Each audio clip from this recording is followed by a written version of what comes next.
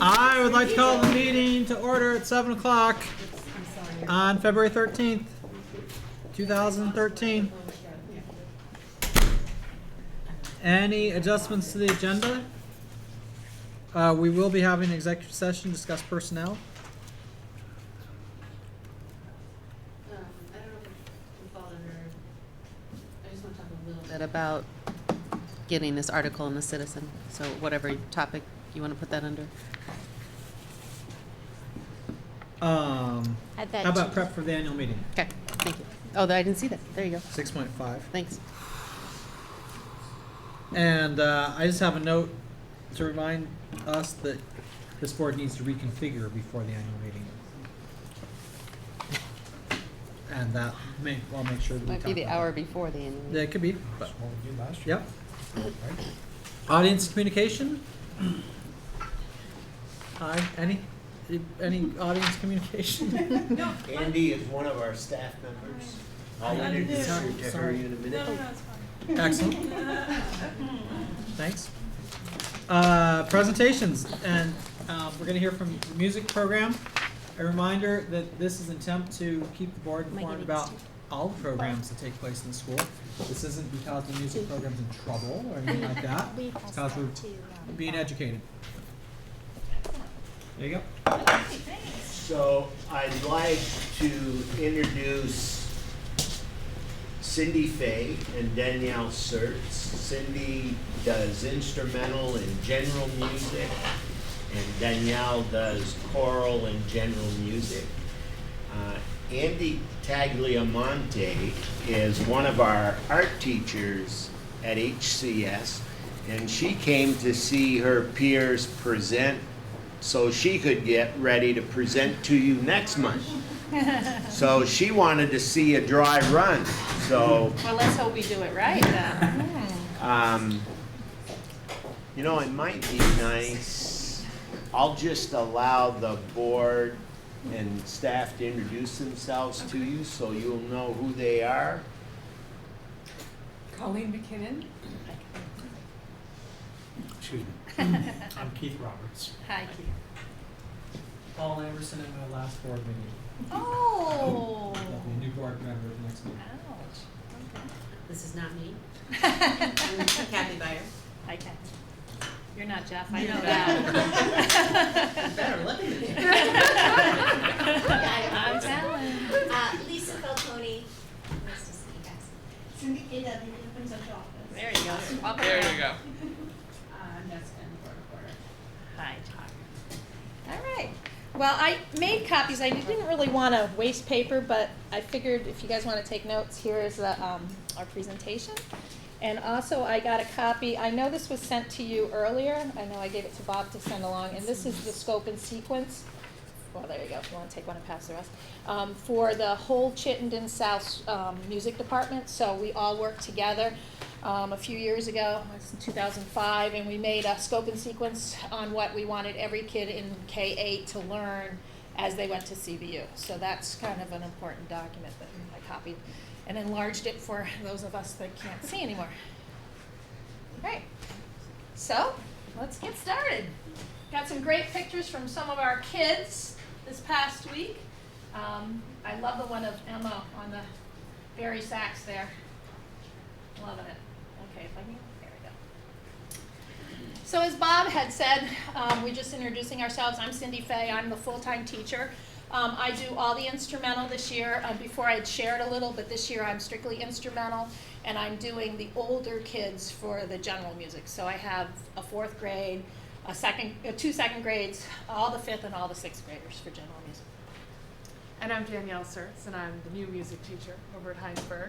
And I'm at 80% right now, and I do general music, pre-K, K, 1, 2, 3, and 4. We share 2nd and 4th grade, so that's keeps us on our toes to stay together. And also the choral music program. So I thought we would break down how the classes run. Pre-K is once a week for 30 minutes. There's a morning and afternoon. So they're different groups, and they only are once a week, one morning, one afternoon. All the K-6 are 2 times a week for 40 minutes. instrumental lessons are in small groups, 1 lesson per week at 40 minutes. Usually there's 5 to 8 kids in the group. We rotate the groups so that the kids don't miss the same class every week. So if I have 5 lesson groups in a day, they'll do like A, B, C, D, E, and the next week will be E, A, B, C, D, and then we keep rotating them so they never miss the same class but once every 6 weeks. So that helps out in the classroom, I hope. Our bands and choruses, beginner band and jazz band, along with both choruses, 5th and 6th and 7 and 8, are only once a week, and it's a little shorter this time because it's at the end of the day and the buses have to leave a little earlier, so we got cut a little bit on the time, so it's about 35 minutes. Yeah, and the tricky part with the 5-6 chorus is that the schedule doesn't work out that the 5 and 6 chorus can rehearse together. So the 5th grade chorus, practices in the morning, and the 6th grade on Thursday, and the 6th grade practices on Friday at the end of the day. And then they, we have been able to get a couple of times for them to be together before they perform. Just together. keeps a little drama in the performance. The intermediate band, which is all 6th graders this year, and the advanced band, which is all 7 and 8, are twice a week, and again for 35 minutes at the end of the day. So the bands, except for jazz band, is at the beginning of the one day, and all the others are at the end of the day. So that's kind of the overview. So this is a picture of your scope and sequence. I know it looks kind of hard to read, but basically, if you go through it, it's in columns by creating music, performing, and then the vocabulary behind all of it. So everyone gets the same terminology, no matter if you go to Shelburne, Charlotte, Williston, and of course Hinesburg. So we try to make sure that we keep the same terms as they go through. The biggest issues, and we can talk about that later, but we only do up to 6th grade for general music. So a lot of the column for 7, 8, we don't have general music for those kids. The only ones that are getting music would be anyone who's taking band or chorus. So we both try to kind of incorporate a little bit younger as much as we can to fill that column. Not ideal, but it works most of the time. Does anyone have any questions on this? It's just music terms that we hope they all learn. Tone quality, timbre, That dividing line of when general music stops, is that the same in the other CSSU schools? This is all K-8 for all the schools. So all the music teachers, we designed it together, and we all go by it. And So, I'm sorry, go ahead. I'm sorry, are you asking if other schools have a 7-8 general music? Oh, yes, I'm sorry. Yes, I believe so. I'm not sure all the details of who has I know what. that Williston does, but they do it by, I think, trimesters. So they have 1 trimester in 7-8, and it's mostly keyboarding and I believe guitars. I could be wrong, but it's along that term. Charlotte has an exploratory kind of for them, but it's a general music. Definitely Shelburne has 7-8. And then us. So, yes. I hope that answered the question. Thanks. Yep. So this is a really big document we all use. And it doesn't matter how you get there. That's really kind of the difference. Like if someone's more into one style of music versus another way of teaching, that's okay as long as we use the same terms and we come to the same answer in the end. So it's not really telling us how to teach, but what to teach. Any other questions on this one? This is our big document that we use a lot. Yes? So do you have plans to update it, like, is it in like 8-year cycle? Or Yeah, how do you- we used to meet a lot. So when we had those times to meet, we were working on the document. We also did in 2nd, 4th, and 6th grade, we did district-wide music assessments. Mm-hmm. So in 2nd grade, they would sing an 8-measure song that every kid in the 2nd grade in all the district learned it. We put them on tape, and then we sent it off to the other teachers in the district and for them to grade them. And we had our, the rubric and all that. Mm-hmm. And then they would come back, and that was really great because we could see where we needed to work and which group. Mm-hmm. So 2nd grade did on just pitch, singing on pitch. 4th grade we added in rhythm. Rhythm and pitch. Rhythm and pitch, so we add that in. And then in 6th grade, we opted to do not singing, but written stuff. So they actually did oral dictation on rhythms, which was amazing. So they would do duple and triple. So you do 2/4, 4/4, 3/4, and then they do it's actually a recording of a clarinet playing, and they have to write down the rhythm that they hear, and they get to hear it 3 times. And then they do it in 6/8, 9/8, 12/8, so you have the triple meters too, so duple and triple. And our kids actually do really well on that one. Rhythm is where they're at, you know, they're doing really good at that, so. And that's second, and we had talked about doing an 8th grade, but we couldn't add it because there was no way to do it. I couldn't physically do it and get to every kid, because every kid does it in the school.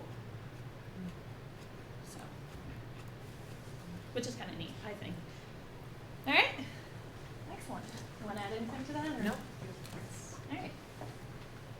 So I'm just going to really briefly go through this. I know everyone here knows why we have music in the schools. So you want to just run them a Sure. little bit? It's the 21st century skills has been big in as far as we've done the training on it. There's extensive training, and it's all there in the developing the critical thinking, the problem solving, getting into any brain research that you've done. I'm sure you've done a lot. It all stems back. It all says the earlier and the younger the kids get steeped in not only making music, but hearing music and processing music. Self-esteem. It affects and, everything. Group participation. The lovely picture there is actually from our sing-alongs. We did a holiday sing-along right before the break, and we divided it into 3 different levels, and they all sang the same songs, and it was just really fun to get a community together, all doing the same thing. And the parents came in, and the It's teacher really- sang. Yeah, it's It really was fun. something that impacts the whole Yeah. community of the school. Yeah. So 5 benefits. Great picture. Obviously, music makes you smarter. Yes. Yeah. A lot of evidence for IQs and reading ages and all that fun stuff. And Cindy did circulate a few articles Yep. about that, and if you read those Earlier. and want more, we have a lot more. Teaches you discipline. Really, really. That's a biggie. Practice, practice, practice. Wanna go for this one? The Stress. stress relief is part of the day. I mean, how many times have you gone home in the car and just turned on the radio and sang away and felt better after? Never. Never. Well, yeah, my favorite story to tell the You kids have is no when, stress. you know, those middle school ages, when everything's falling apart in your life, I used to go in my room, shut the door, and practice, practice, practice, came out a whole new person. So it does wonderful things for you. That's a great picture. Yeah. Yeah, this He was pretty proud. Yeah, he was pretty proud. He had just finished his written work, and he got it right, and he was pretty happy. So there's your feeling of achievement. They're a little crazy. They're having a good That's time. my beginner band. I let them go. Yeah. All right. So, classroom experience at Hinesburg. Singing goes through everything. Singing goes through everything, and it's an opportunity for everyone, regardless of age level. And while the singing is in the general music classroom goes through 6th grade, it is an opportunity for the 7th and 8th grade to continue with the chorus. But it's an important groundwork in all of the Yeah, and levels. so what we're talking about on this slide is, this is the general music classroom, what we do in that time. So every single child pre-K through 6 has this same experience. So there's no one that doesn't come to music, everyone does. And a lot of the, especially beginning tone and rhythm scaffolding that starts with the younger grades we're doing the work based on John Fire-Robin's work, and I brought some of his books in case people wanted to look through, and it's about young people becoming totally a musical person, beatful, tuneful, artful, a creative being, and that starts early, and it's started by encouraging the singing and making of music. Being able to hear and translate what's happening is the important first step.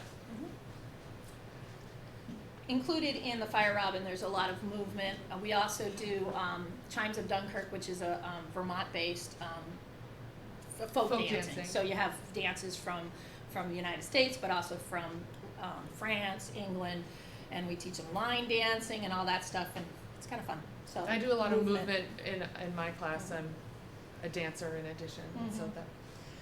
A strict keyboard setting. We have a wonderful lab. We're very fortunate. Thank you, thank you, thank you. We have 22 keyboards that we can have access to. So every kid can get their hands on a keyboard. It's every 2 weeks on keyboards, 2 weeks off keyboards. So when we're not on keyboards, we do all the other stuff. But it's all independent. They go at their own pace. The only requirement is to play for either one of us, depending on your teacher, 3 times every trimester, so 9 times a year, which is 9 pages in your book. So some kids might be in level 4 book, other kids might be in level 1, but they're doing the best they can and they're doing a great job. So they can exceed the standard by just playing 10 times a year, even if they're at the beginning of the book. And many do. They're just dying to show their progress. Right around this time, even today, I had kids like, making ready to make that next leap. They're really proud of that. And it's something so tangible that they can say, this is what I am taking this away. Well, remember the old recorders? Okay, the recorders basically teach you all the basics of reading, but it's treble clef, it's 5 notes, so you get, G, A, B, C, and that's it. That's all you learn. With the keyboarding, you have right hand treble clef, bass clef, left hand. They learn chords, they learn progressions. It's so much more. It could be exponential depending on you definitely have the kids who are exceeding and the ones and they love helping each other out too. We have musical sequences, which I actually brought a couple copies, and we're going to share a little bit in a little bit. These are, well, I might as well show you now while we're at it. So basically, these are ear training. So if you look at it, this is what they get to start. This is level 1, so there are 8 of them. So there's 2 per year. 3rd graders do 1 and 2, 4th graders do 3 and 4, et cetera, all the way up to 6th graders who do 7 and 8. And I think this will blow you away. So basically what they do to start is they write the rhythms above. So this would be 1, 2, and 3, and 4. We're very strict on using the correct terminologies. We don't use tas and tts. As they get older, they learn how to count with the syllables, 1 ienda, 2 iendas, etc. They have to write their time signatures, and then we go to the piano. And I tell them the first note we start on using solfege, so do, re, mi, etc. And the top tells them what notes are included. I tell them it always ends on do, and it might start on do, it might start on ti, whatever it happens to be, and they have to figure out what the next notes are by listening. And they get it. I don't know how they do it, but they get it. And then we teach them, like, do your hand signals, and I help them a lot. So if they go, and they think it's a fa, and they go like this, and I'm going, so we do a lot of that where I tell them if they know their hand signals, I can help them, but they're not allowed to say anything, and they can change their paper. We give them the correct answers at the end. So this is not something that's graded. It's something they just keep trying, and they get better and better. What I do grade, however, is the next page, they have to write it in real notation. And they have to handwrite the notes correctly. There's a key for them, the notes that they have, and they need to take and translate. A do will then be a C if you're using a fixed do. C in treble clef, etc. So I have some examples because I'm pretty proud of them. So this is, let's see. This is a 4th grader's paper. So this is sequence number 3. You'll see it got a little harder. Look at that notation. Isn't that not beautiful? Okay, that's a 4th grader. Here's a 5th grader on number 5, so it's even getting harder. You can see how all of a sudden we're getting 16th notes. They're writing it out. They've done all their stuff here. They've corrected it. And here is a 6th grader who did number 7. They're working on number 8 now, so I couldn't bring it to you. But here's number 8. So that's pretty impressive. And those are the sequences. So it's ear training, it's also listening, and then it's also transferring everything they know. And if you notice some of them, you notice this girl here, she does little slashes at the top. So I go through and I said, okay, you spent all this time learning how to count. We have to know that a quarter note gets 1 whole beat, so it takes a quarter of that measure. So they're slashing off the amount of measures, and they're writing the notes in the correct. So they have to squeeze those 8th notes into 1 beat. So they're learning visually how to count the rhythms too, as they write. It's one of those things that applies. It's direct. It's fractions. Go figure. a direct application. So those are the sequences. So there's 1 through 8. Counting rhythms, obviously that comes Mhm. through. Mhm. We do a composer of the month every month. We rotate, depends on, which year and what we're doing. But we do anywhere from, I think we just did Camille Saint-Saëns, and then we've done Bach, Beethoven, etc. And they listen and they learn history of them. I really try to stress their life too, not just their music. And composition. Yeah. So, anything you want to add to that? No, I was just, the composition is there as, you have some of the more advanced students definitely get into Second grade! Look at that. That's a second grader. composing their own work. Using ORF instruments. I don't know if you're familiar with ORF instruments. Those are the xylophones where the bars can come off. So you leave the bars on that will be correct, so they have not a wrong choice. They figure out what sounds best. They write their rhythms out, make sure there's 4 beats, any rhythm they want. They match the notes, and then they have to write it in the correct way. And that's a second grader. The same excitement of Yeah. learning how to master any language. They just Mhm. get excited. I'd like to ask, Yeah. you're excited, you're conveying your excitement very well, and how's the excitement hold up for the students once general music's over at the end of 6th grade? Are they taking it to 7th and 8th grade on their own? Or? Well, we'll talk about their choices when they're in 7, 8 is basically an elective. So they can take bands, chorus, and that's about it. So, it depends. I mean, you're going to get the kid that goes, yeah, woo, I'm done, phew, like that. The other ones are like, I wish I had. So you're always going to have those kids. But those are the kids that come in the morning. I had, 20 kids in my class before school starts because they don't want to go to the cafeteria. And that's okay. So they find a way to find me. They're composing music, bringing it in. Can I show you this? Can we put it on the computer? Et cetera. So, I wish that we could have it.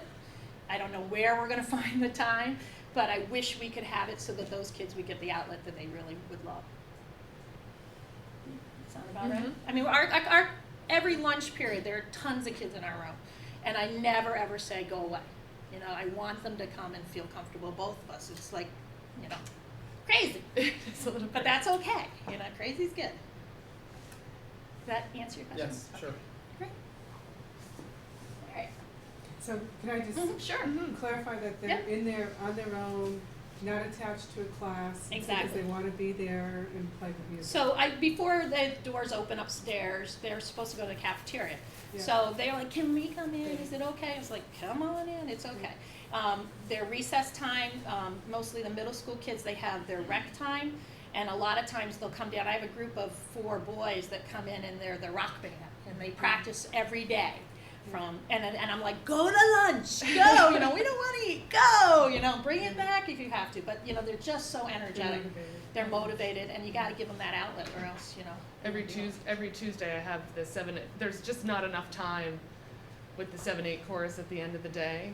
So I have an optional lunch bunch for them on every Tuesday, and more than half of them show up. They bring their lunch and they leave their wrappers, but that we get to sing together, and Nice.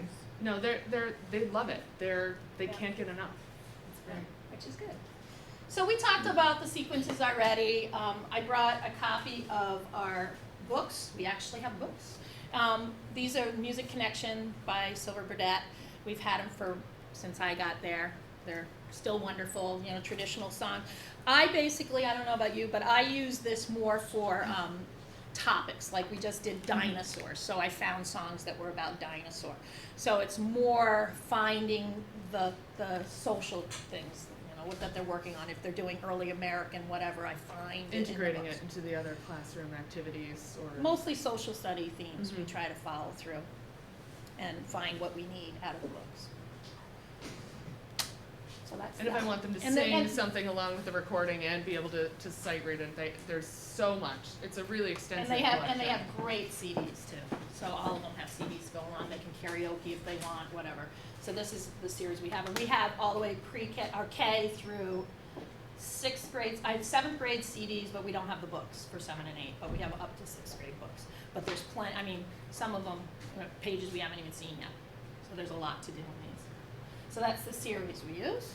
The Fire Robin books that I was talking about, there's a whole other pile. it's all folk songs. Many of them you would recognize, and that's the idea, is that learning music through an oral tradition, especially, is how you'd start the education of a music appreciation, learning it past the way a culture passes on music. And so it takes the music of the culture, takes the music of our culture, and the folk tales and the rhymes, and categorizes it in a way, puts it in a very handy curriculum with additional materials in each of the subjects. You start off getting kids to really learn how to use their instrument well, to be singing from a right place, not yelling, not hurting themselves. And then once they're able to start to love it, then you expand their repertoire, you expand what they can do. And again, so we have our folk and country dancing, and again, the keyboarding we talked about. Conversational solfege is again John Feyerabend, and it's about getting students to learn those tonal and rhythm things the way you learn any language. So auditory learning in addition to being able to read, but if you can't understand the written music, it has to have a correlation with what you're hearing, and learning it through a language-based method is where the bridge between all the finger plays and the rhythm games you play as a child. There's the bridge between how you get there and then how you start writing it. It's got to make sense. It's got to connect. It's got to connect in there. So that's. That picture, actually, I want to mention, because this is a shout out to CBU, they had a bunch of keyboards. They had a keyboarding class, and then they stopped teaching it. So they had these beautiful keyboards, and they're letting us borrow them, and we're taking really good care of them. So we can keep them longer. Just really nice keyboards. You'll see, they help each other out on them. But we have we have 5 of them, 6 of them? 6 of them. Well, we had 6, and then they took one back. Right.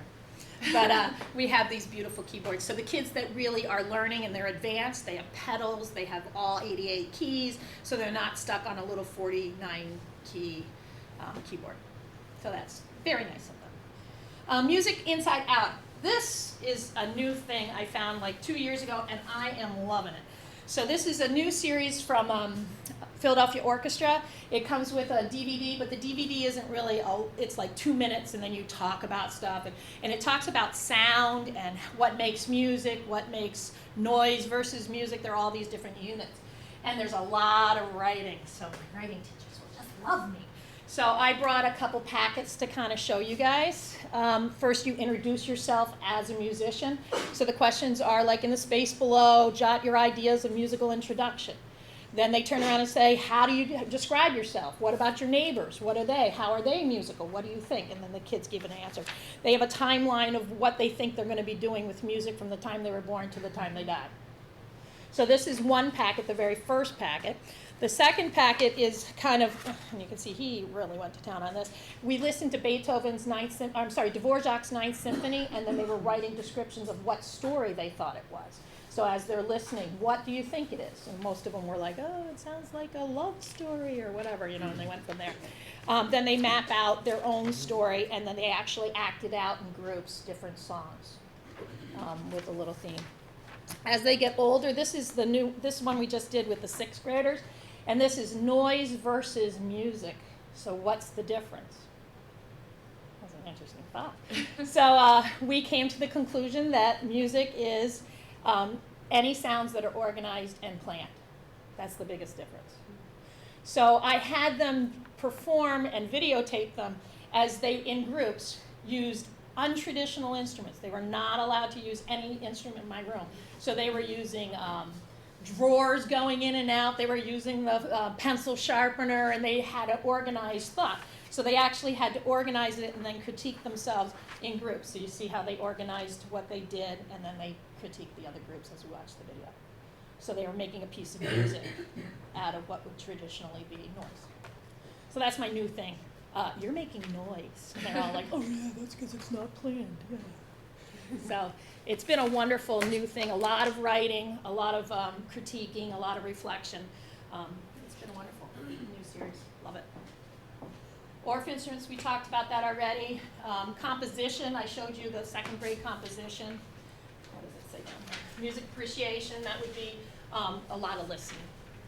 Composers, even modern day composers, we try to kind of mix it up a little. Good. Any questions? Oh, advanced stuff. So that's just general music. Then there's a whole nother life out there. So 5th grade is when we start instruments, beginner band, and 5th, 6th grade chorus. Obviously 5th grade is when you start chorus. There is a 3rd, 4th grade chorus that's run by the rec department that's after school once a week. Once a week. It's 2nd grade too? There you go.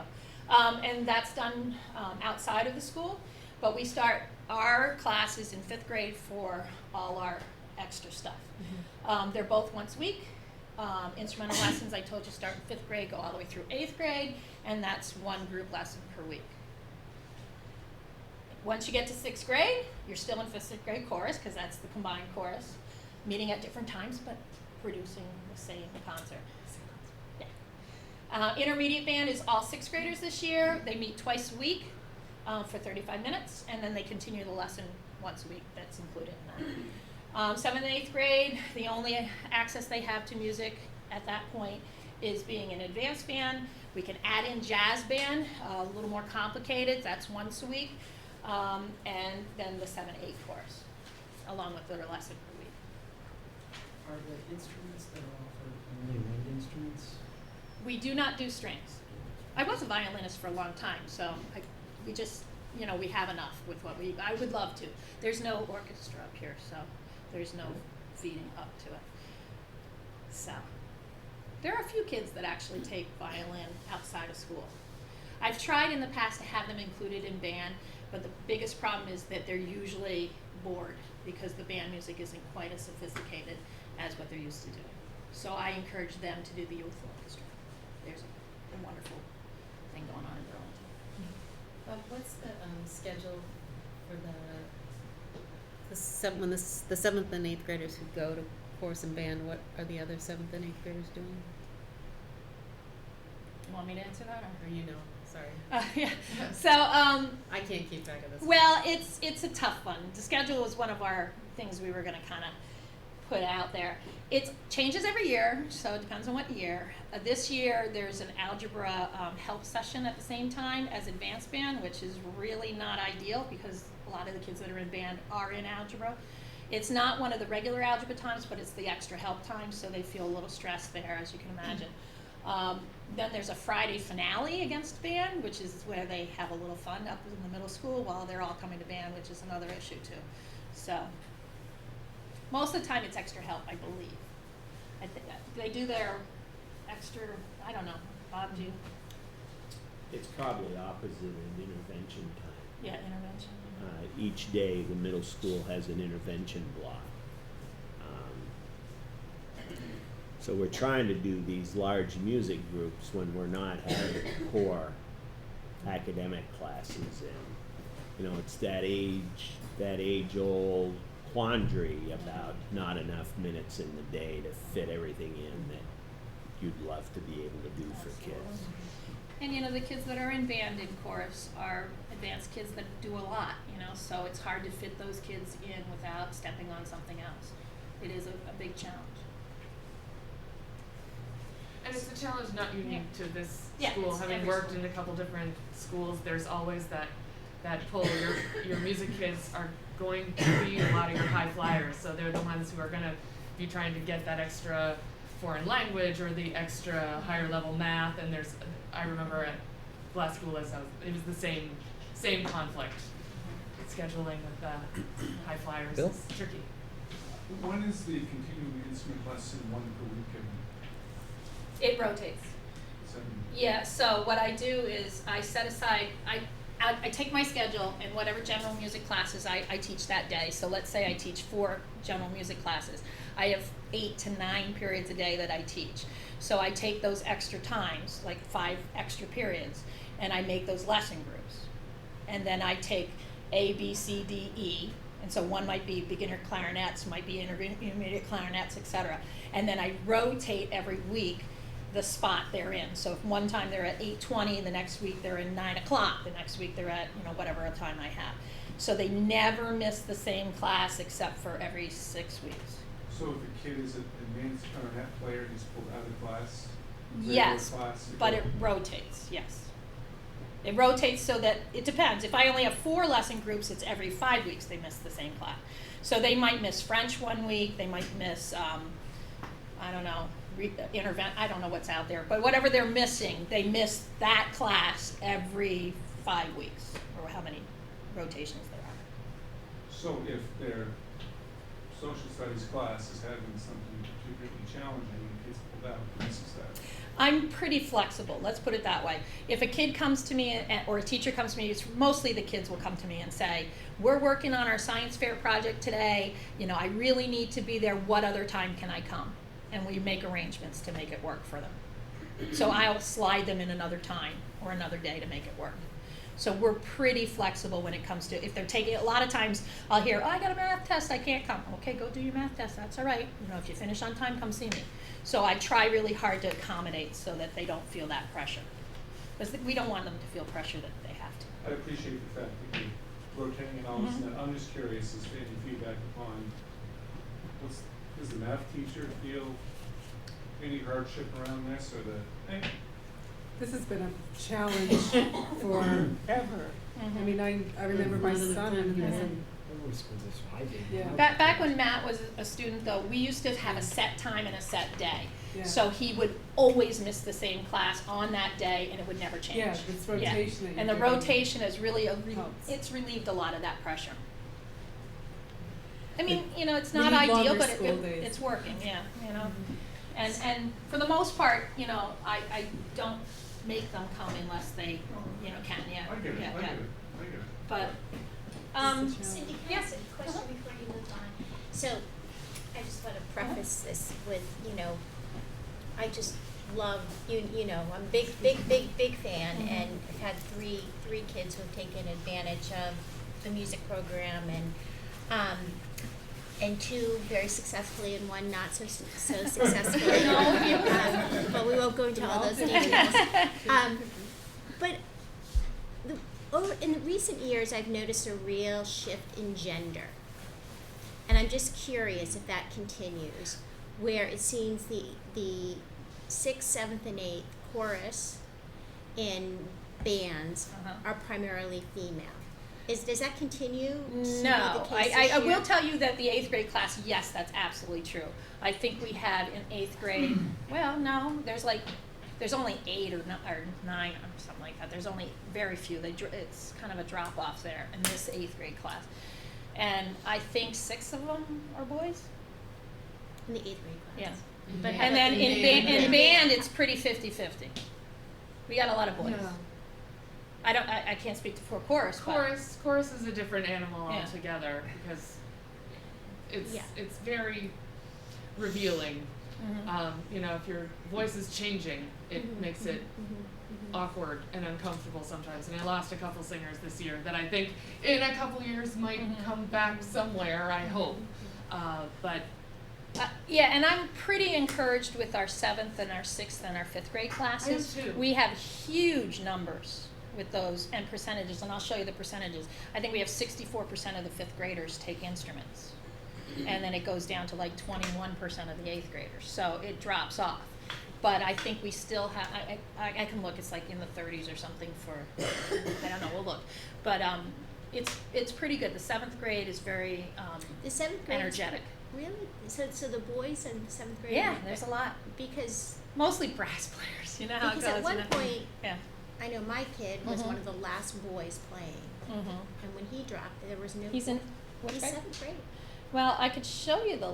Well, I mean, Yeah, I have anyhow, the list. I can. mean, Yeah. it just was a concern, Yeah. and I thought it was more a product of the competitiveness with activities and that sort of thing? There was a period of time when band was right during lunch and recess, Right. and that was a huge problem. That's the product of the 8th graders right now, Okay. because we lost a lot of kids when that happened. And then we moved it to the end of the day, and our numbers are back up. Okay. So that has helped a lot. But Good. he's part of that little time period where, let's face it, they want to go out, they want to run around, they want to do whatever, and you're in there playing your instruments for the time period. Okay. Yeah, and there was a huge drop off. But that's been rectified. Yeah. Good. Okay. It feels So- like the culture is changing. Yeah. Good. Cindy, speaking of instruments, does the school own Yes, instruments? we do, and we just got donated 2 more instruments, and Mr. Wayner, he actually fixed them for us too. He paid to have them fixed, and so we have 32 instruments in our school, and this year 31 of them are being used. So that's pretty good.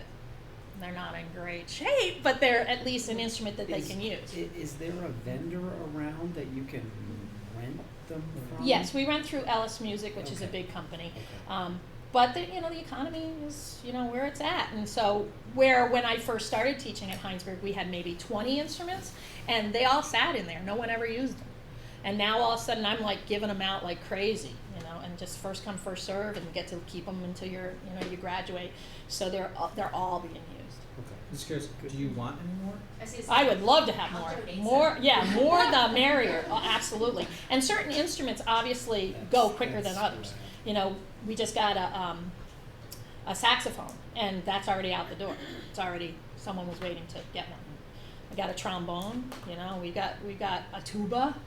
We've got a bari sax, which has been used all the time. We got 2 tenor saxes. So we've got some really nice instruments that need repair because it's been like 4 years where we haven't had the money to repair them.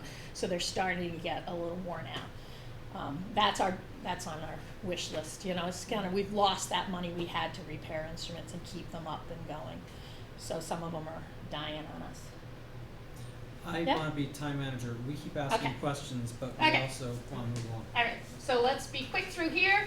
These are the numbers I talked about. So 40% of kids in the 5th through 8th grade, 81, I teach 81 classes, or 81 students, so that's 40% of the student body take instrument lessons. 64% of the 5th graders, 52% of the 6th graders, 40% are in chorus.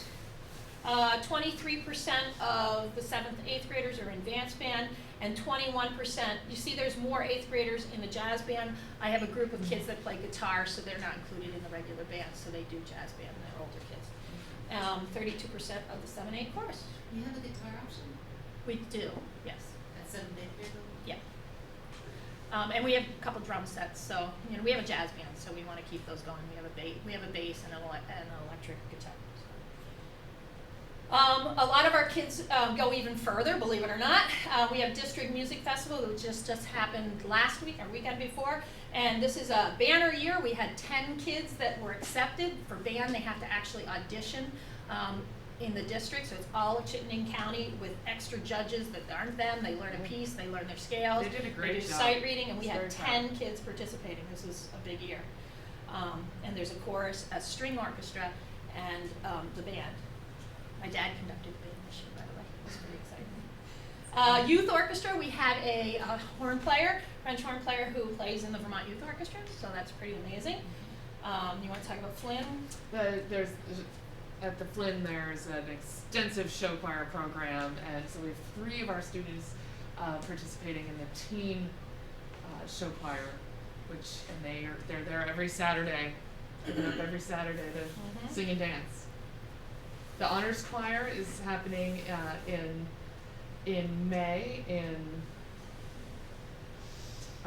where are we going? We're going on a trip in May to Waterbury or something? No, more south, but it'll come to me. And we have 6 students who have applied and been accepted, so we're excited about that. And a whopping 75 students are involved in play. I think we have 57 of them on, 57 of them on, 67 is too much, 57 of them on stage, Yeah. singing. It's a pretty big dancing. deal. Yeah. The joke on this picture is that I said to the trumpet players, these are my 6th graders, I said, okay, I'm gonna take a picture, I'm gonna put it on the PowerPoint, and they all, oh wait, we gotta put our bells up. So they don't usually do that. It looks really good right now. So we also do a lot with UVM. I seem to always have a student teacher that comes and helps. This year we're actually, the Music 275, which is a class at UVM, they're using our school and all of our instrument kids to actually teach the college kids how to teach the instruments. So these kids that play trumpet are teaching flute players, and they're coming in and they're using us as their guinea pigs. So they're using our school, which is a complement to our school. Castleton, Johnson, UVM, I've had kids from Massachusetts, from Chicago, home on vacation, and come in and get some hours observing. So we do a lot of that connecting too. Needs, increasing the 8th graders. We talked a little bit about that. You know, the numbers are low, but we're really very happy with what we see coming up behind. We talked about scheduling, conflicts with classes. It's a little better this year than it's been in a long time, so we're in the right direction. Just talking, I know budgets are really tight, but we're going to throw it out there. Charlotte has 2 full-time music teachers. We have 1.8, and we are maxed out big time. We don't take breaks. We work all day long. But I'm not willing to give up the good program we have, so we're going to keep working and get it done, because we want those kids to have those experiences.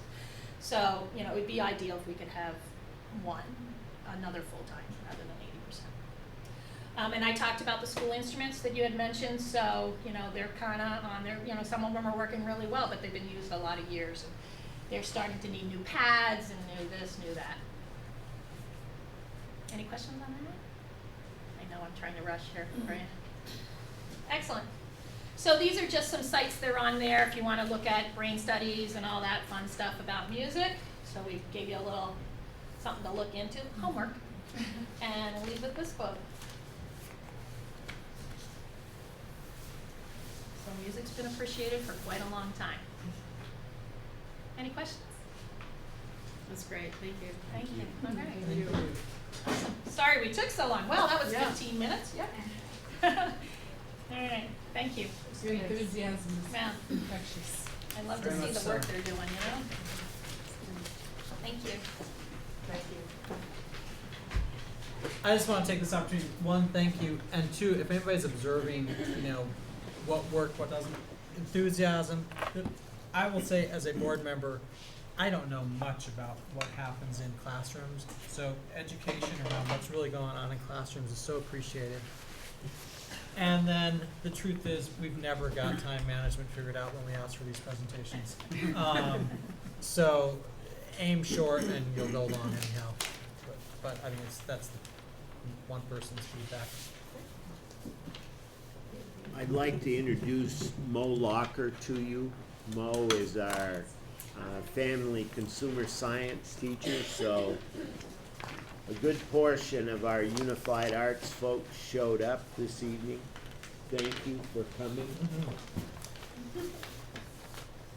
Moving along, reports to the board 5.0, principals report, which is in our packet.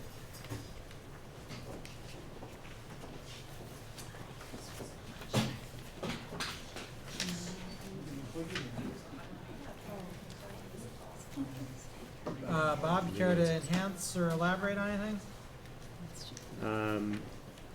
The only, I'll just answer questions. How's that? Sure. Kindergarten enrollment? Kindergarten enrollment continues. We have the date set for registration, March 25, 26. I have a firm number now of 59. I have requests coming from a couple parents who have later than September 1 birthdays, but they're September birthdays for early admission. And we've probably got a list of a dozen families that are on our census that we haven't heard from. So I think we're likely to have the kindergarten conversation in April in terms of staffing. So you think it's likely to be over 55? Is that- Well, we're at 59 today. 59. I'm sorry. So, I mean, I wouldn't be surprised if we hit a 65 number. So likely over 60. So, you know, if we stayed with 3 folks, we'd be looking at 22, 23 kids in a kindergarten class.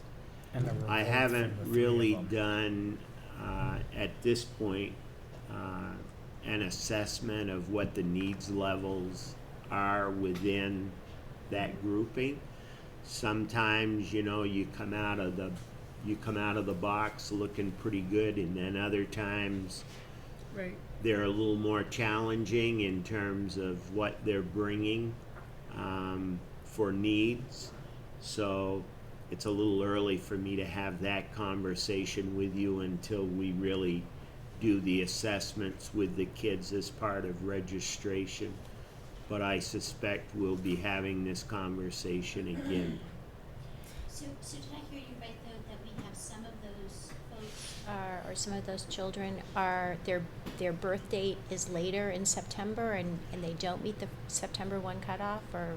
No, they're after the September 1 cutoff, but each year I get requests from parents who maybe have a child who's born on September 10th. They miss the cutoff for coming to kindergarten that year by 10 days. Mm-hmm. And they'll ask, will you consider us? And our process is that they need a letter from the pediatrician saying the child in the pediatrician's eyes is developmentally appropriate for coming to a full-day kindergarten program. If they meet that cutoff, then they come in and we do the pre-kindergarten screening that we do with all our kids. And based on that, then I'll have a conversation with the parents. Dave Rast and I usually do that together, and sometimes parents, based on that evaluation, say, okay, we'd rather wait a year. And sometimes they ask us to bring them.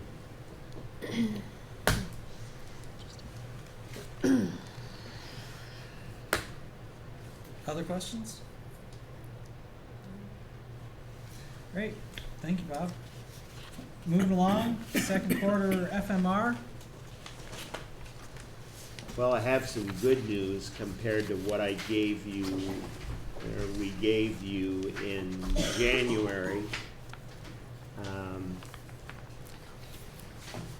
You know, in January, we were looking at a bleaker picture than we are at the moment. And in your packet at 5.2, Bob spelled out some of the differences between October and January.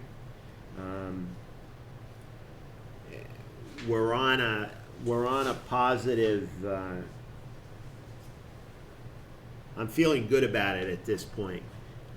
If we continue to be able to hold the line, I'm hoping that when we get to the end of June, that I'm going to have you out of the hole. That's my goal. And I've shut down spending except for what is deemed essential. I'm not going to sign POs that it'd be nice to have. So, everyone's really been understanding. I mean, they really know the pickle we're in, and they're trying to help us get there. And for you all, the parent group has been absolutely amazing in terms of doing some backfilling for things that I've taken out of supply lines in the budget process. If my memory serves me correctly, with the latest donations that the parent group made to classroom teachers, they've each received $300 to $350 a piece, and that really helps kind of backfill.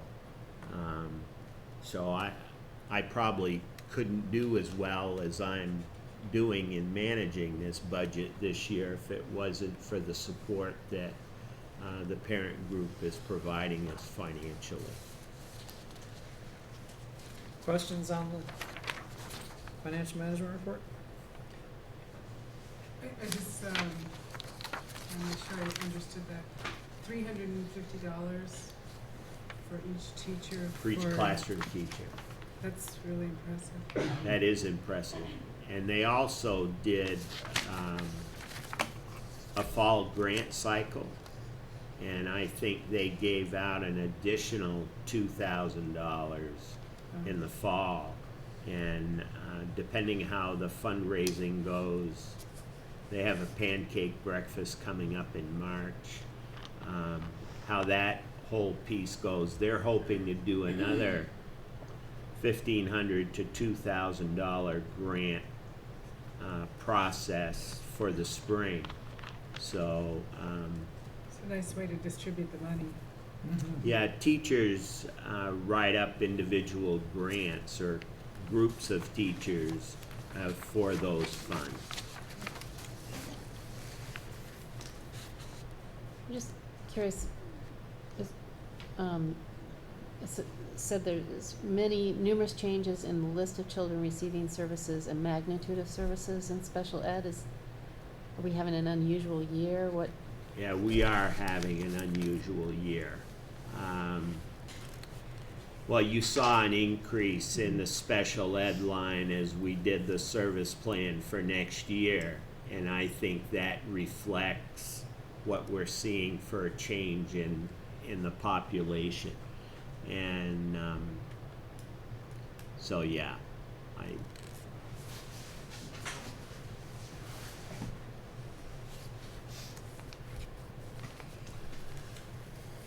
Thank you. Moving along then, 5.3 CSSU debrief.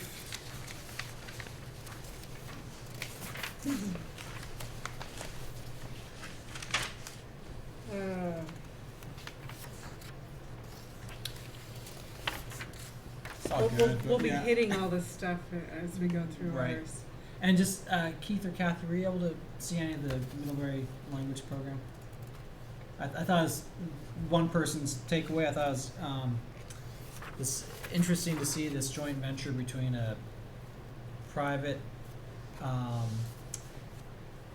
service that delivers education combined with Middlebury's proven language teaching skills. And couldn't help but start rolling the brain around, kind of daydream about some things. There's a program they're trying, as thanks for those good questions, Colleen. They're trying to return some favors to the community. They're trying to get their product out into schools more in Vermont, and had a full range of offerings from supporting an in-classroom teacher to being completely long distance and internet based. And the reality check is budget cycles are where they are, and I don't think I heard many schools going to go out there trying to figure out how to jump on this right away. Yeah. Well, there's an initiative at the state that 30 schools, if they sign up for 4 years, they get a really a significant break on what the cost would be. But the reason we board chairs wanted to bring this in was just more of a board education piece of what's out there as far as program delivery and so forth. So it wasn't intended to bring this person in as a hard sell. It was more what's happening in the world of education and delivery. And Bob, I kept thinking every now and then there was some overlap of Venn diagrams of what they're offering and what Rosetta Stone is. The school bought Rosetta Stone for a little while. Does the school still buy Rosetta Stone? I don't, you know what, I should be able to tell you, and Okay, I don't know. okay, that's all right. I'd have to go back and ask Karina if we still have a license for Rosetta Stone. I believe we do, but I'm not 100%. works. Moving along then, parent council. Anybody been lately? And you just gave nice updates about fundraising and the Yeah, ability to give out. and I money. was there, geez, Curl. It's awful to have Middle these s- senior Middle moments. school teachers presented. Middle school teachers presented on the adolescent development piece.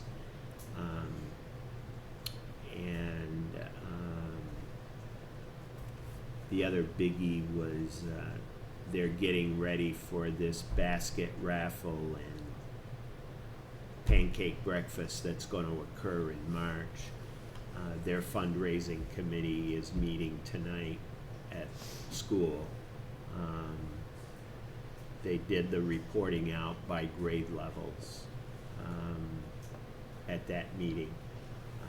But they really enjoyed the conversation they had with Barb Spalding, and Tom Darling came and presented on the part of the middle school. At their March meeting, they're going to ask a couple of the Unified Arts folks to come and kind of share what the Unified Arts program looks like. So they've been trying to do a presentation at the beginning of their meeting and then following it up with a business meeting after the presentation. And that format seems to have worked pretty well. Some parents come for the presentation and leave before the business meeting. And some people just come for the business meeting because they're reporting out on a project that they're involved in. And that format seems to be working pretty well for them. Great. Facilities committee, we have this here, but anything to report right now? No. That's all right. And technology committee, Jeff's not here. I didn't make it to today's meeting. So move along. 6.0. Yes. Can I go back to the CSSU debrief? Oh, sure. Just the negotiations piece. Sure. Probably should run through that. So there's been a small committee of a couple board members and a couple of faculty members from the association and Cindy, who met twice for a third meeting, expanded a bit. It's going to be a committee of 8 plus Cindy that's doing some pre-planning for negotiations because next year's a negotiating year. And so the intent was to bring this group together to come up with a recommendation to bring back to the constituencies, board members and associations, back to their building reps. So a likely recommendation that will come out of this committee, we hope to have some of our recommendation finalized by March, let's say, or perhaps April. But a likely set of recommendations, just as a heads up, will be a few different things. One, have smaller teams at the table, so one rep from each board, instead of a rep plus an alternate, and so that the number of people sitting at the table will be fewer. Another recommendation is to do some joint training, and I'll talk about that in a minute. Another likely recommendation, and none of this is finalized yet, would be to lay out the calendar for the next year so that we know when the meetings are going to be and people can commit to the meetings if they're going to participate. And other recommendations will be related to communications, internal communications, board to board, communications that come out from meetings. Are they joint releases? When are they not joint releases? How we handle data, the sharing of data, blah, blah, blah. So there will be a number of different recommendations related to communications likely. And another likely recommendation will be related to just all the ground rules. So at our next meeting, March 15th, we're going to go through ground rules some more. Did I say March 15th? I didn't mean a date, but our next meeting in March. So the thing to pay attention to, I think that will be of most interest in the immediate piece, is one board rep. and laying the schedule out through next year. And we have meetings that are scheduled on Tuesdays, a number of different Tuesdays through the end of May. They're on our calendars. And then we anticipate that the committee is going to recommend Tuesdays next year, and meeting probably twice a month, probably in the fall, and then just leaving some things open, leaving some dates open through June, and being able to do things like schedule mediators in advance and get them on the calendar so that they know, and there's not a scrambling of the time that you have a meeting and then need to schedule something else. So that's just a heads up. Okay? And you reminded me to say something else about the CSSU meeting, but Kathy's just walked out anyhow. I'm going to remain on Lil's food service subcommittee, and we'll have more to talk about in April. Yeah. And thank you for doing that. The big takeaway so far is that poor Bob Mason deals with different operations and different board expectations. Some boards have a higher tolerance for subsidy than others. But there's some opportunities to learn some things throughout the CSSU. All right, moving along then. 6.1. Thank you. Kathy, I'm going to stick around for the food service committee as ex officio. That's a CSSU takeaway. Thank you. Walk out of the room. All right, 6.1, policy review. There's none. 6.2. Action plan process, feedback from participants. I might need a little help with this one, Cindy. The consensus we came up with in Colt yesterday was that it was on your work plan. None of us know what it is, but since it was on your work plan, it stayed on the agenda. And maybe it was intended to poll the board to see how they're feeling about the process, whether all the people that are included should be included, and maybe you don't even know who's included. Well, could you do a little vocabulary check? What action plan versus work plan? Action plan is the statutory requirement that the board approve a action plan in 4 subject areas: English, math, climate, and something else. And usually they're done in a 3-year cycle. And 2 years ago we aligned them so that all the SU schools were doing them at the same time, so that as there were common goals at the SU level, there was a little more attempted alignment across the SU. And there's a requirement that there be a community member, teachers, administrators. I think that's the composition. They look at data, set goals, hopefully SMART goals, for what you're hoping to achieve for students over the next 3 years. Your work plan is what you identify at the annual retreat for what you want to do that year for board goals. So one piece of feedback for me would be, I'm feeling very distant from the action plan. Okay. And needed to be reminded what the heck it was and why it even exists. Okay. I can sense its value, but it feels, from my vantage point, it feels a little shelf bound versus A lot of boards used to get, I don't know if they still do in the new board retreat format, there used to be an annual report on the action plan and how we're doing on those goals as a part of the board retreat. I can't remember if that's happened for your group the last few years, because you've had other topic areas you've been focused on in those 3.5 hours. So let me help you with this Sure. a little bit.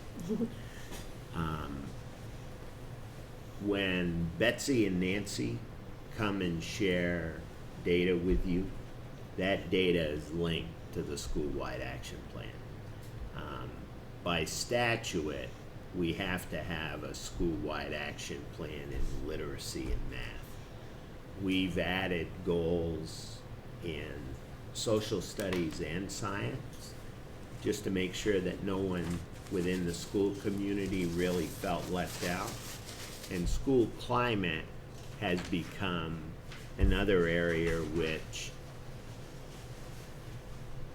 the Department of Ed has asked schools to consider as they put action plans together. So when data is collected, and you know that we collect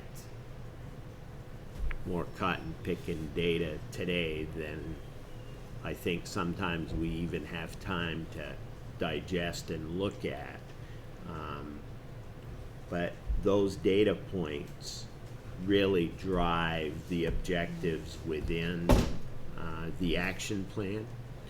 When we didn't meet adequate yearly progress 2 years ago, we were asked to create an AYP plan.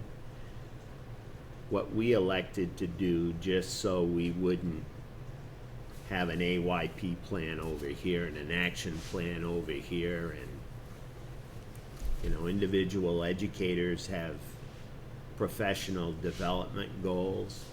We ask our educators to make sure that at least one of their professional development goals be linked to the school-wide action plan. So in other words, if they're a primary grade teacher, one of their personal professional development goals has to be directly linked to one of the action plan goals, so that their professional growth is really tied to helping us meet the action plan goals for the school. We do set them for 3 years, but they're reviewed annually, so they can be adjusted year to year. What the SU is now doing, which I believe they've done it informally in years past. Now they're formally collecting each school's action plan. They're looking at those and saying, okay, how can we support the work of the schools? Are there common agendas in the action plans of the various schools that the supervisory union can help with? Obviously, this year, a lot of our time and energy has gone into understanding Common Core and the goals and standards that are coming with that. Obviously, that work benefits each building within the supervisory union. So there's a greater oversight on the part of the SU to make sure there's a coordinated effort among the various members of the SU as far as action planning is concerned. Thank you. Other questions or comments around action plan? Moving along then, 6.3 Communications Board's Corner. This could be your game. No? We'll do preparation for annual. What's that? I'll stick Save with it there, yeah. Okay. We'll have something else to maybe have communicate around in a minute. 6.4, potential to collaborate with Charlotte. This is me, and if you recall, you allowed me to talk to Lynn Jonick. And I'm feeling a little sheepish right now because I've misplaced my notes. But one big takeaway is neither Lynn Jonick nor Paul Lamberson will be on their respective boards. How's that for collaboration? That occurred to me, by the way, when you mentioned it. So Sounds like some committee work to me. anyhow, but I can say that the idea, if anybody knows of any past reluctance, it's not there now. Lynn and I had a wonderful conversation, and she has reported back to her board, and I've been told that the Charlotte board, if there had ever been any history of saying, boy, this doesn't sound like anything we'd want to do, is not there anymore. And some low-hanging fruit that Lynn and I thought should be it was yellow. There it is. Should be explored is something about some differentiation. If there are any opportunities to offer something different at one school versus the other, and this is all early talk, brainstorm talk. I can only imagine what might be required, at God knows what level. But summer programs, might it be summer program at one school or the other? Right now, Charlotte does in their kindergarten. They do a half-day kindergarten half the year and a full-day kindergarten all year. Might there be some parents in Hinesburg who rather have a half-day kindergarten? Might there be some parents in Charlotte who'd rather have a full-day kindergarten? Some specialization, some differentiation that would address community needs and require collaboration between the two schools.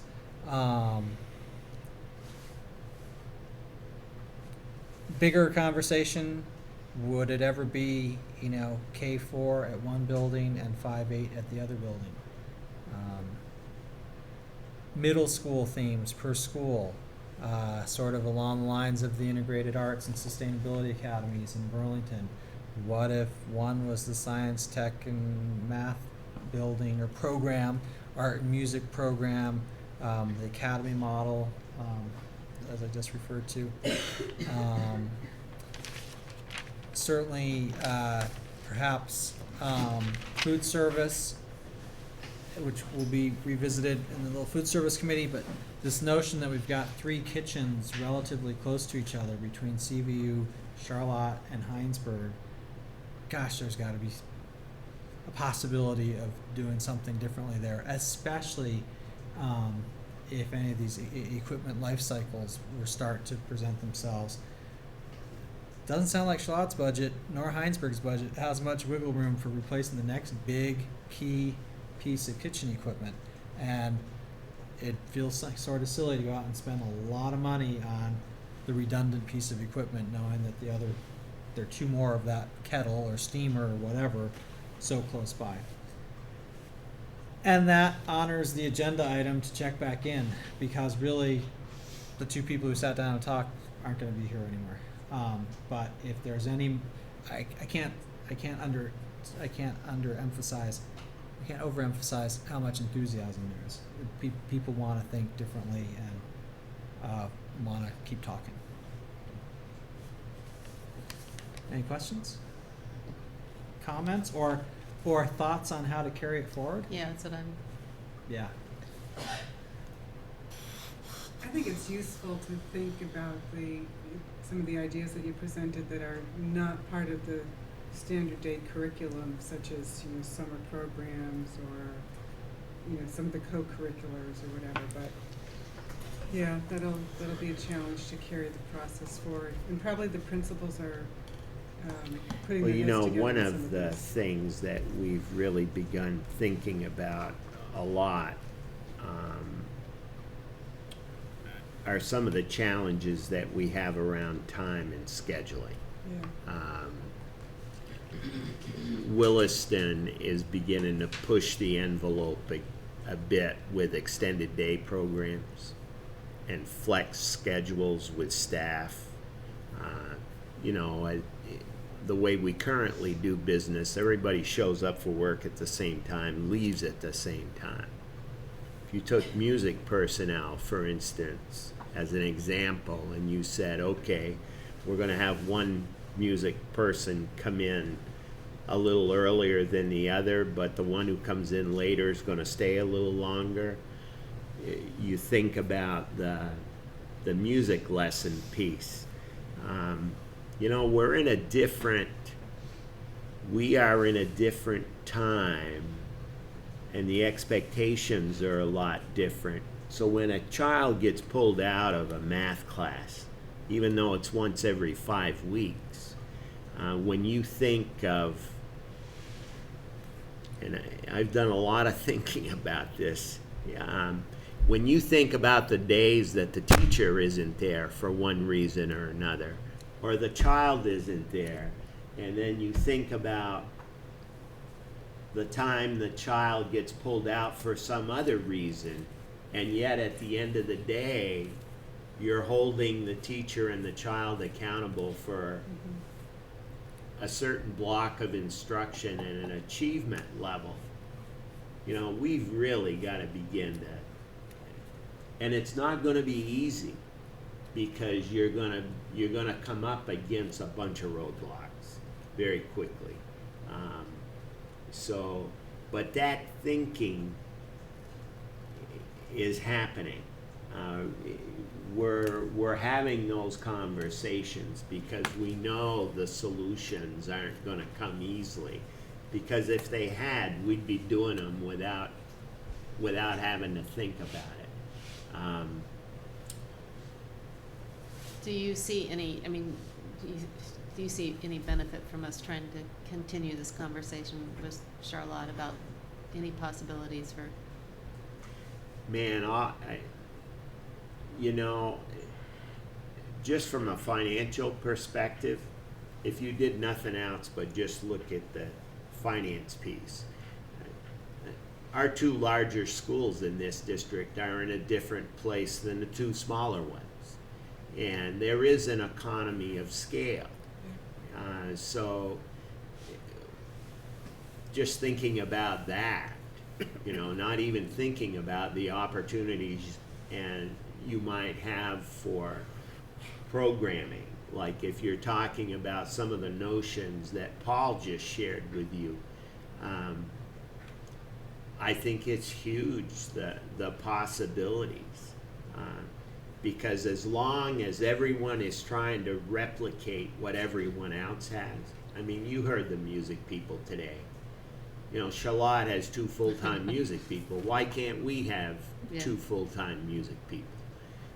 Williston has 2 gyms. We have 1.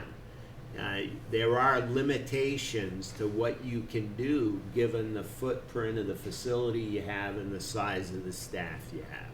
So I think any conversations that you have around combining resources, sharing resources, it's going to impact what you're able to do. So I would, from my perspective, I think it's worth spending the time to continue those kinds of conversations and see what potential outcomes there might be. I think that's really, really wise. When I was on the board in Montpelier, right before I got on, somewhere in there, Montpelier and U32 had what they called a merger study committee. You could propose to the Charlotte board that you don't have to call it merger, you can call it collaboration, whatever you want to call it. And it was like 2 board members, 2 community members, 2 staff members, something like that, and see where it goes. I mean, it'd be a lot like, sort of like the Red Committee that just finished its work, but on a smaller scale. and then ask that they report back at next year's board retreat or next, so I don't know how long it take to do the kind of study, because you either, what happened in Montpelier and U32 is they get to a point every time and it dies. Because you know, arguments like the Red, how many reps are we gonna have, and Montpelier has 7 people on their school board and suddenly they're going to 1, it doesn't work well. Yeah. But it could do anything from, the principals already talk to each other about sharing baseball and softball coaches, because without the other school, they can't even field teams by themselves. That's the simple stuff, up to that this is a K4 and that's a 5-8. So that's where you could go with it. Or you're just gonna spend a lot of time talking about it. Cindy, do you feel like, I like what you just said, and do you feel like there are any legislative obstacles that are the big? No, because we have one in the district, if you think about it. We have St. George and Williston has an agreement between them about stuff. It's not quite the same thing, but Williston is St. George K-8. If you look at it that way, they have an agreement, all their kids go there. I think they have limited options to go other places. Williston agrees to accept their kids no matter how many there are, and St. George agrees to send them. So I think there's something within the district. I might get the schools wrong, but Whitingham and Wilmington, I think down south, did a similar thing to very small schools.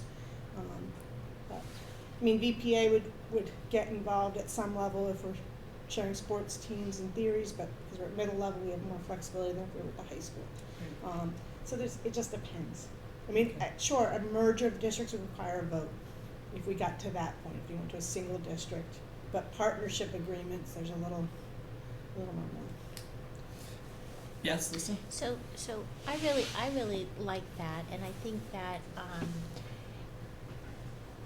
I think we should make some kind of formal request to Charlotte to put together some kind of study committee, and I would even say to do it sooner, where we have at least some work done pre-next year's budget cycle. So meaning like something over this summer, starting now, put it together over the summer, because I don't think we'll get to a point where we can say, by next budget cycle, we're gonna have K through 4 one school, but I do think we are gonna be in the same position we were in this year. I know Charlotte is in the same position, and if there are some small partnership agreements that can be recommended that will ease the burden on both of our communities, but still maintain the quality of education for both schools, we should be prepared by October or November of next year to know what those are.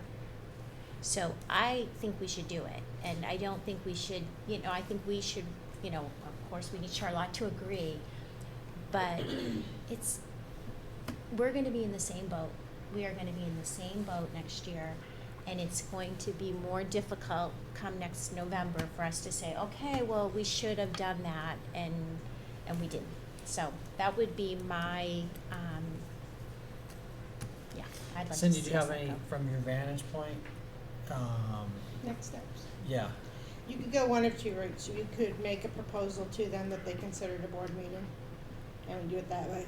Or you could propose a joint meeting in March where you talk about it, and both boards agree that night to the formation of a committee. It just depends how much discussion you think boards need to have before a proposal can be approved. I think you're there here. It sounds like they're there in Charlotte. Yeah. So. And do you think somebody from central office would drive this for us? Sure. And we're gonna need, that's, I we're think gonna I need could some probably have support. something that you all both could approve at your March meetings. Will the Charlotte board as constituted in March Mhm. also be on board?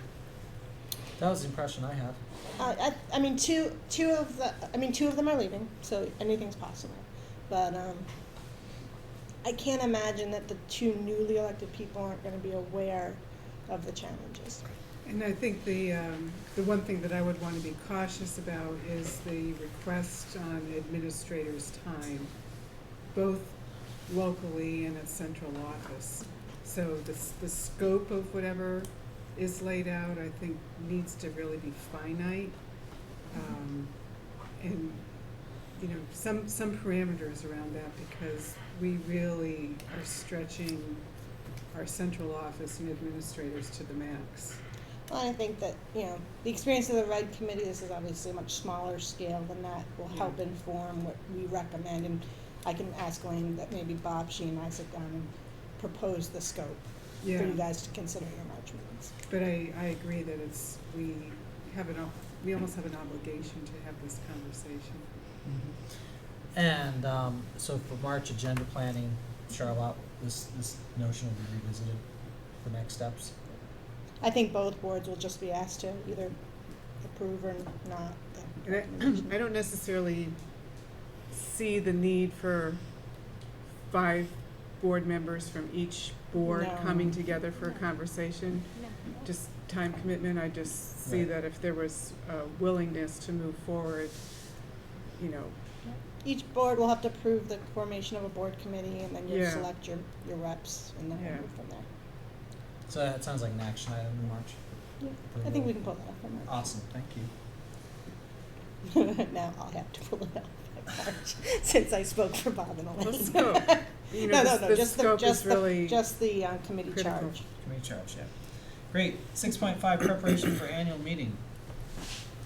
One part of that is a news release that Kathy's been working hard on. Really appreciate that. Keith's been very Keith, helpful. thank you, Keith. You've gotten some comments and feedback. I had one, is where you did the netting out of, fortunately, we've learned that our community assessment from CSSU budget has decreased, and is that decimal place in the right point? It is 0.45%? Or it's not 4.5%? It's only 0.45%. I went back and checked. Okay. Great. Is there a You're the zero in numbers front of that? person. Does it say 0.45? No, it says 0.45. I was just trying to. But it should say, we should have it 0.45 on the paper. I'm, Oh, okay. just so that people, I went back to look, see I'll the check it number. again. I took it right off Bob's sheets. I just No, the I'm- math at See what I'm a saying? quick blush was like, well, what if we've got 10 and that's If it is 0.45, 0.45, minus Why don't you just Six. say decreased slightly? Our community's Yep. assessment from the CVU budget has decreased slightly. When the tax rate stemming from the proposed budgets for both are combined, the result will be a increase. You could Sure. always send it to Bob just to have him verify the numbers. can I just say that I'm really disappointed that we are not going forward with a simplified flyer for the community? And I don't know about other board members, but I've gotten phone calls from people I don't know, and it's been years since I've gotten phone calls. And I got a phone call and it's been years since I've gotten a phone call. So yeah. Nobody's called me. You stayed out of Lampman's too, huh? I'm hiding. Well, I think it's a I did, big but they mistake took it on this away. board's part, That's not what it to Well, put Colleen, they're- simplified They're, information in people's they're, hands. I know that's your position, but I know, that's why I'm saying it. Yeah, yeah. there were, You got You the know, feedback. you- I know, it was a 3-2 split and going forward with it. But- and when I sat down to try to do that, it was not looking like a pretty thing to put out there. But we weren't asking you to do it, we were asking to hire somebody to do it. Oh no, I No, don't think you no, meant no, the no, no, process, no, the no. product. The- was, But the Yeah. person who would put it together, it's not a pretty process, it's not a pretty product because it's really hard numbers that we're dealing with. But we need to be able to explain that to people as best we can in the most simple terms that we can. And my experience has been, if I spend the time talking with someone for a long time, they might start to understand. But if we're not even putting simple tools in people's well, hands. this is. But there's a lot of text. There's a lot of text. And I think some people Okay. need to have something that's a little, You want to, so the thinking of a, formats that that CVU has used for years, and Shelburne and Williston. so I'm and wondering there's if a professional. compromise is if you, the royal you, I'm not even saying we, if somebody could create some of those graphics that make the flyer appealing. But and we don't put- have to do it. Oh, I know. I mean, but and put it in. It's a press release. The small papers in print, whatever they receive. Maybe it's just an opportunity for a few more graphics. Some visual of the annual, low annual average increase. The dramatic change in revenue, something. I understand. I know. Trying to draw the value of the Yeah, flyer I know. without doing the flyer, but putting those graphics right in here. I know, we were on the same page on Yeah. this one, Paul, so I appreciate that. Sorry, Bill. Make a comment with you, Darren? Yes. I was approached by a very vocal woman whom I'm sure you could all imagine who it is. Nope. Who Don't even Don't want to worry, conjecture. don't worry. Which is fine, and said to me, what do you know what's going on? I said, I'm not adding anything. And the person seemed satisfied. Just anecdotally from the back row. Yeah. Yeah, if we can Not put legit, out that's tables of just a comment. Yeah. 4 years, this has been the budget increase, a table, 4 years, this is the budget increase, and, number different tables like that, that tells a story. It's still a 10% budget increase, but we need to be able to explain, these are the, a table that shows these are the reductions in staffing over a 4-year period. Just simple tables. Some more visuals. Yeah. That's very good, and I really appreciate the amount of time and thought that went into that. I just think that we need to help our community better understand what's going on. Including the people who will not be at the meeting. Did you get Bob's slide? Okay, I think- so I said, I Yeah. had my say. I'm not. Like, there's a disagreement, and Yeah. No, but I mean, did like, Frankly, I think that there's a but I'm looking for it. Why isn't it in here? Isn't our budget supposed to be in this No. document? When does it? No. Oh, I'm looking. Oh, never Town mind. report. In our town report, I apologize. So from my perspective, the information, our budget is going into the town report. We have the town meeting. People will take notice of it then. We're lucky that we have a gathering versus a vote. We're gonna have a PowerPoint where we explain every action, every move we made. And frankly, it came down to, if I got a flyer in my living room, I already dissed my son, so now I'm gonna diss my husband. He's gonna look at it and go, 10%, blah, blah, blah. I mean, I can just see. So I encourage people, I like the article because I think we want people to come to the meeting. We want both, Well, yeah. well, I think the article is enough, and frankly, I didn't want to spend $700 or $800 to put a flyer, because I know that when we used to spend a lot of money on communications from CSSU, I, as a community member, would be like, why are we spending money on this when we're cutting other things? So I think that can work as a negative for us. So as Kathy said, there was a disagreement. I also think it's really complex, and that people will understand and be more forgiving of the fact that it's such a huge increase, when they understand that it is a baseline budget, that we are not putting one penny into a new program.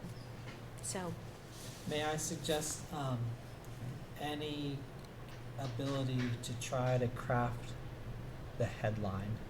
Oh. Um, Well, that's just, is this a, I was thinking this is a kind of like a letter from me, but do you want this to be from the school board, or what? Well, any communications should come from the board, not a person of the board.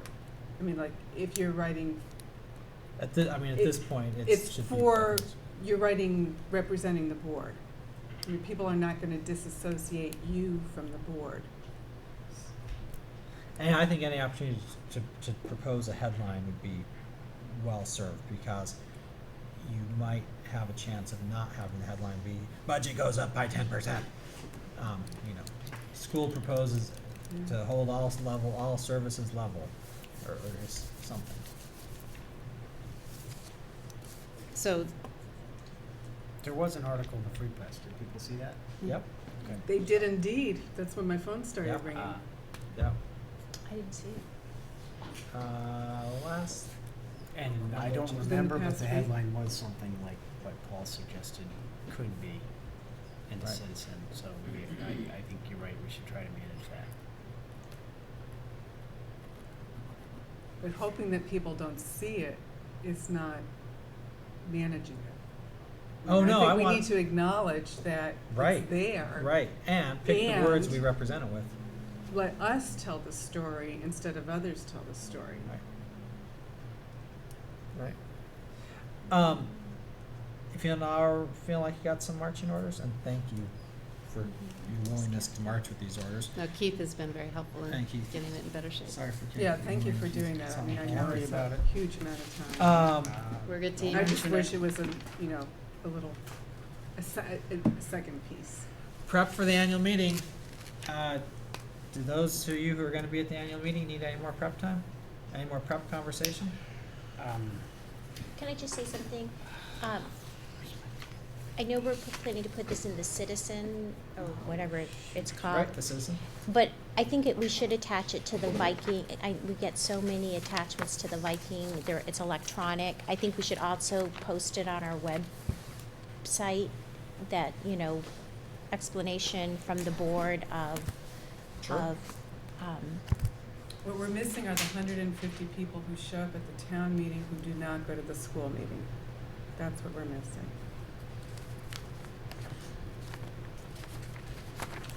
Being totally strategic, because it's a voice vote, if this were a secret ballot, I'd be more concerned.